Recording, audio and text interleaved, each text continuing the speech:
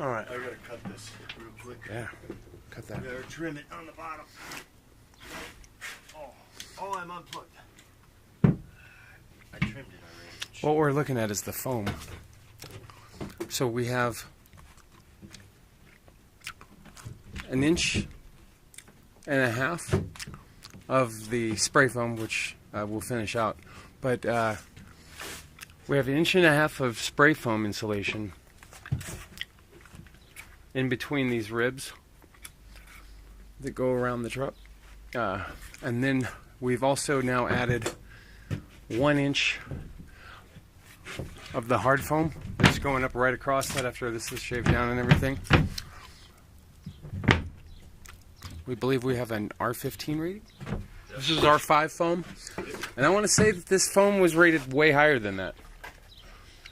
This foam has got a higher rating. Well, depending on the thickness Per of it. board foot, which is 1 inch. Oh, so yeah, so you're dealing with, I think, about 1.5 to 2 inch and a half. Anyway, that's and then we're hitting it with, this is the 4-ply. Half-inch 4-ply. Yeah.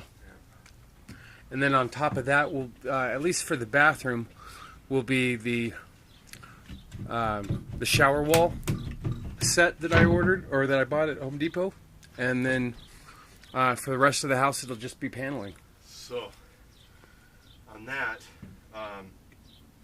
it's only going to come out so far where the tub ends, because We're gonna have to put up a wall. I'm going to have to put up a wall Yeah. here, just Just for the little tub. wall, but there'll still be access here to access the Yeah, and it's a plumbing. It's a wet wall that Yes. you'll be building Yes. for the shower head. Yeah, so I can just use the 1x3. Yeah. I don't have to use 2x4. So that's what we're up to. And this is for plumbing. So this is a removable board, and so the plumbing can bore through these holes. These holes. Oh, maybe it doesn't have one there.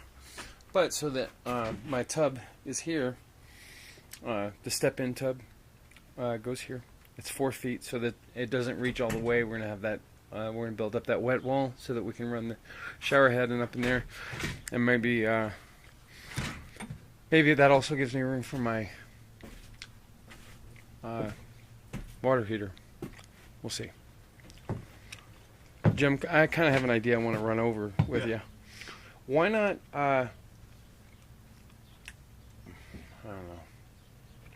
Why not recess this a little bit, since we've got to build up for this wall anyway? Maybe recess this cubby even more so we have more room for all of the waterworks that's going on here with the piping and everything.